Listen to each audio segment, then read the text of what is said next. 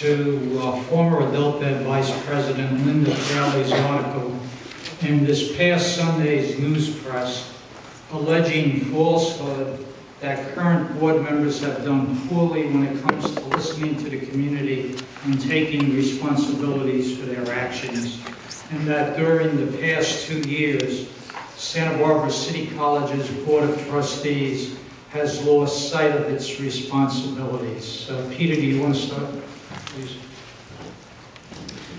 Well, I'd love to say that she's wrong, but I don't think she is.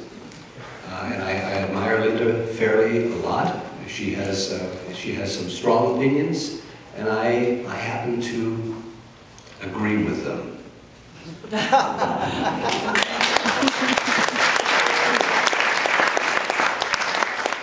There's two sides to every story, and I won't go into the confidentiality of what happened in Linda's respect, but the things she said were not true. I can say that without a doubt. Is it the truth? No, it wasn't the truth. And I'll end with that.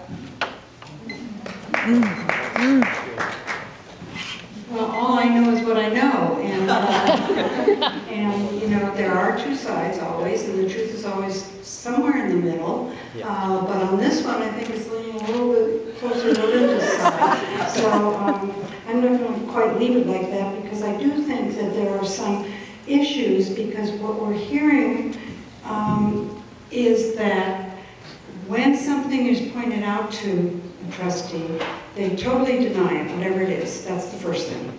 Then the second thing is, they wait a little while, they figure out something, or they ask some questions, and then they find out, oh, maybe it could be true. And so then they'll say, well, maybe that happened, but this is really what you need to hear. And those are the words I heard tonight. This is what you need to hear. Or this is how I'm going to explain this to you. And that is not the way we should be doing it. We should be working with you and telling you what it is, lay it out on the table, and don't just mismanage things. So that's, I'm getting back to what Linda was saying, and that is that there were some things that just aren't there, and it's too bad, because I think we have some people that were kind of asleep at the wheel, and we'd like to take a hold of that wheel and drive it in the right place for this community.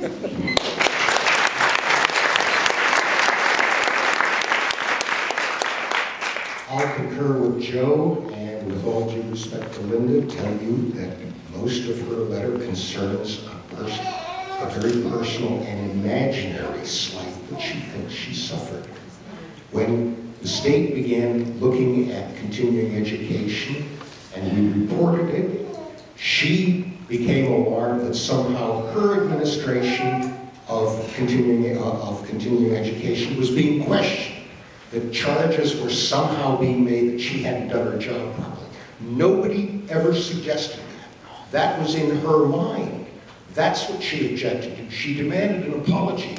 There was nothing to apologize for. As a matter of fact, if we had apologized, we would have drawn attention to that charge, which was not real, and no member of the board and no member of the college ever made that. The conversations, she demanded apologies, but there was nothing to apologize for, folks. I am sorry to say these things about Linda. I like her as a person.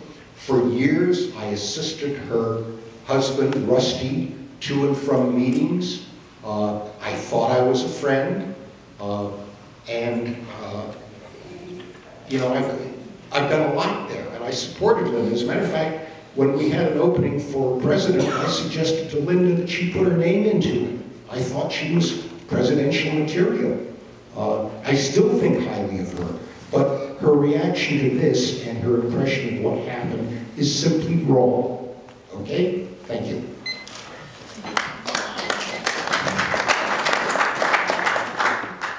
Okay, I'm with Linda.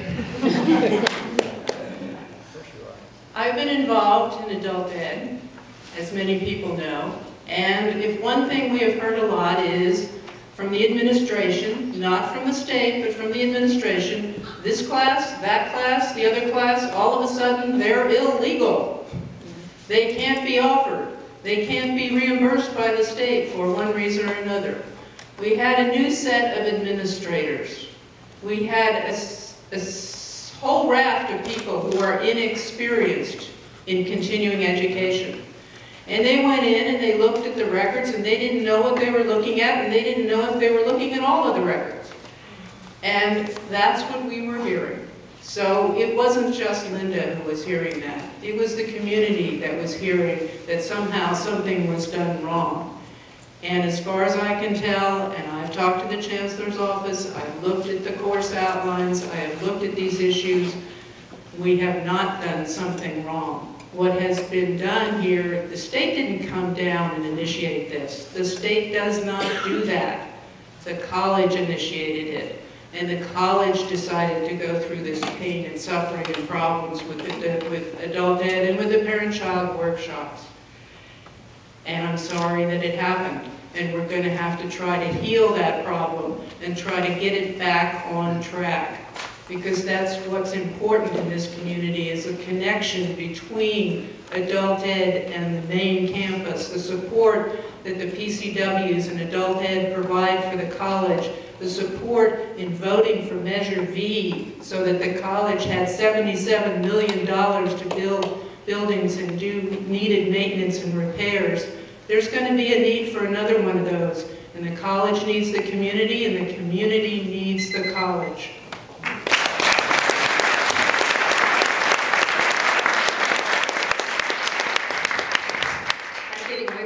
Than I expected. I'm going to reply just in terms of that article. In terms of the financial things she brought up, I agree with her. I'd have to look back to make sure I agree with everything, single statement, but as far as I recall, I agree with her concerns about things that have been reported financially and possible misrepresentations of the cash position. In terms of listening, let me just relate something to you. At that board meeting, September 23rd, when the faculty members said there are students that are not getting the classes they need to move on to four-year college.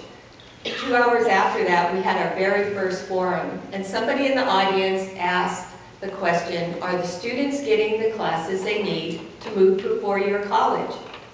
And one of these trustees up here said, yes. And this is 2 hours after he heard this impassioned plea from this faculty member. And I listened to that whole tape of the whole meeting, September 23rd. It's there for you to listen to.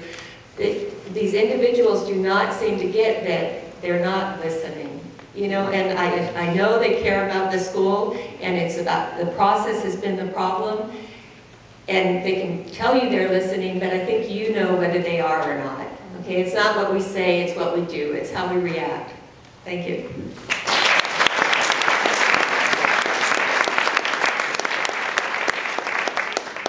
The candidates have shown such discipline in terms of